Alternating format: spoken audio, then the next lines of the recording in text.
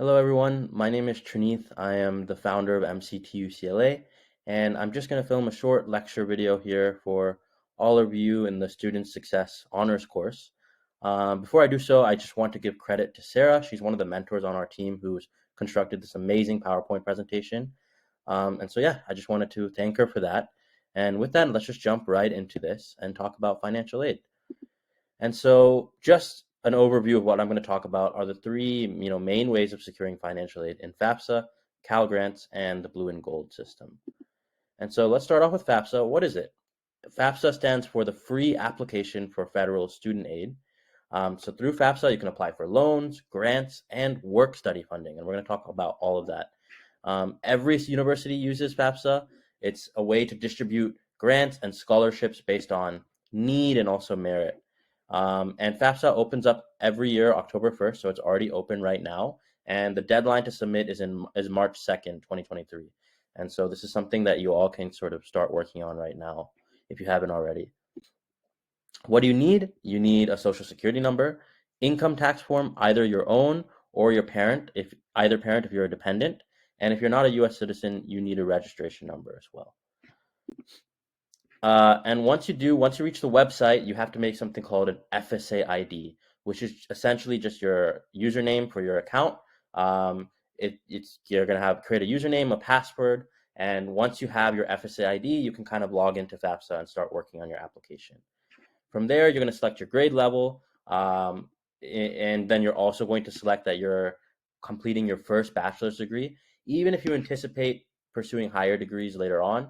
Because you're transferring out of the community college, you're still pursuing your first bachelor's degree, so that's what you would select. And then you also want to know the federal school codes for every single school that you're applying to.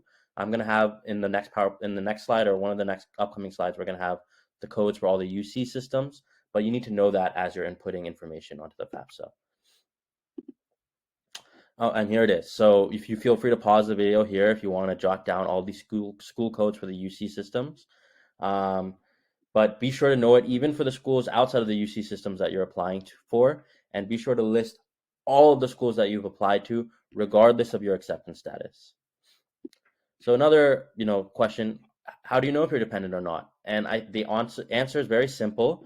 It really depends on how you answer the dependency questions.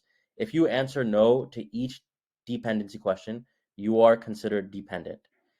And in that case, at least one of your parents must complete the FAFSA's parent information questions and sign the form as well. If you answer yes to any of the questions, you are considered independent. So that's really as straightforward as it gets with regards to determining whether or not you're a dependent. When you fill out the FAFSA form, you're going to have you need to have your federal income tax information ready.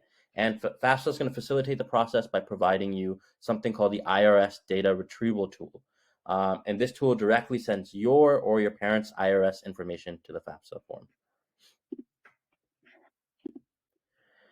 form.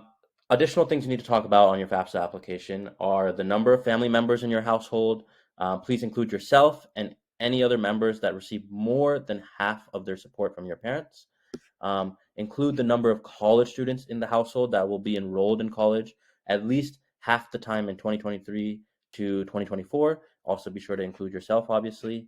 And then also parent and student financial information. The 2023 to 2024 FAFSA will require tax information from 2021.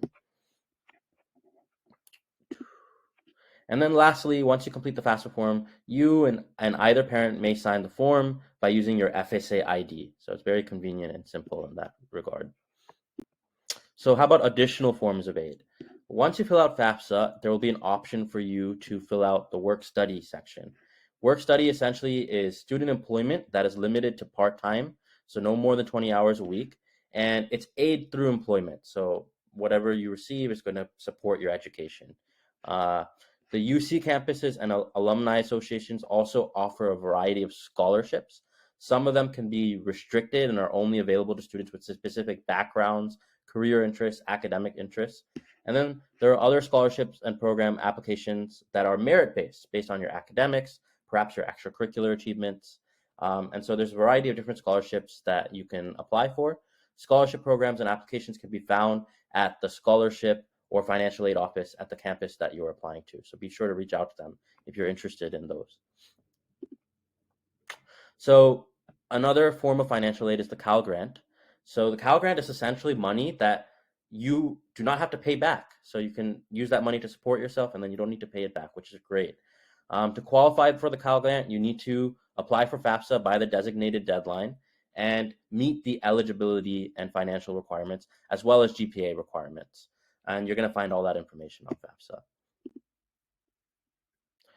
And lastly, the last form of financial aid I want to talk about briefly is the Blue and Gold system, and it applies to California residents. Particularly, if you have a total family income less than $80,000, you will likely qualify for this plan. And it ensures that students will not have to pay for the UC state system's tuition and fees out of their own pocket. So it's really, really great for people who qualify for it. And lastly, here's just a list of references that you may be interested in looking to for further information about all the financial forms that we've talked about. But again, this is the basics of financial aid. Feel free to reach out to us at mctucla@gmail.com if you want to find a mentor who can help you in securing financial aid and scholarships. And again, big thanks to Sarah for creating this PowerPoint presentation. Please reach out if you have any questions, and I wish you all the best of luck. Take care.